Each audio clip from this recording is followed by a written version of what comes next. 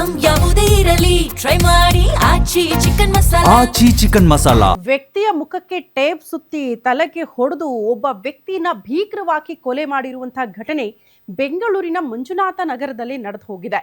ಇತ್ತೀಚೆಗೆ ಕೊಲೆ ಪ್ರಕರಣಗಳು ಕೂಡ ಜಾಸ್ತಿ ಆಗ್ತಾ ಇದೆ. ಅಂಥದ್ರಲ್ಲಿ ಬೆಂಗಳೂರಿನಲ್ಲೂ ಕೂಡ ಒಂದು ಕೊಲೆ ನಡೆದು ಹೋಗಿದೆ. ಕೊಲೆ ಆಗಿರುವ ವ್ಯಕ್ತಿಯನ್ನ ಮೋಹನ್ ರಾವ್ ಅಂತ ಗುರುತಿಸಿದ್ದಾರಂತೆ. ಕೊಲೆ ಬಳಿಕ ಆತನ ಜೊತೆಗಿದ್ದ ಊರ್ಮಿಳಾ ಎಂಬ ಮಹಿಳೆ ಅಲ್ಲಿಂದ ಎಸ್ಕೇಪ್ ಆಗಿದ್ದಾಳೆ. ಕಳೆದ 3 ತಿಂಗಳಿನಿಂದ ಸರಸ್ವತಮ್ಮ ಅವರಿಗೆ ಸೇರಿರುವ ಮನೆಯಲ್ಲಿ ಮೋಹನ್ ರಾವ್ ಬಾಡಿಗೆಗೆ ಇದ್ರಂತೆ.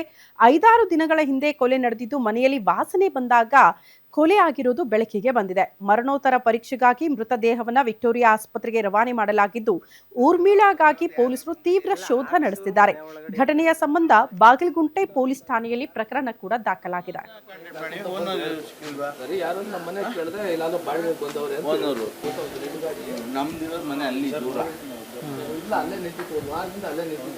ಅವನು ಬಂದು ಅಮ್ಮ ಬಂದು ಕೇಳಿದೆ, ಇಲ್ಲಿ ಯಾರಪ್ಪ ಇದು ಗಾಡಿ ಇದೆಲ್ಲ ಏನೋ ಅಂತ ಕೇಳಿದ್ರೆ ಇವ್ರು ಯಾರು ಹೇಳಿಲ್ಲ.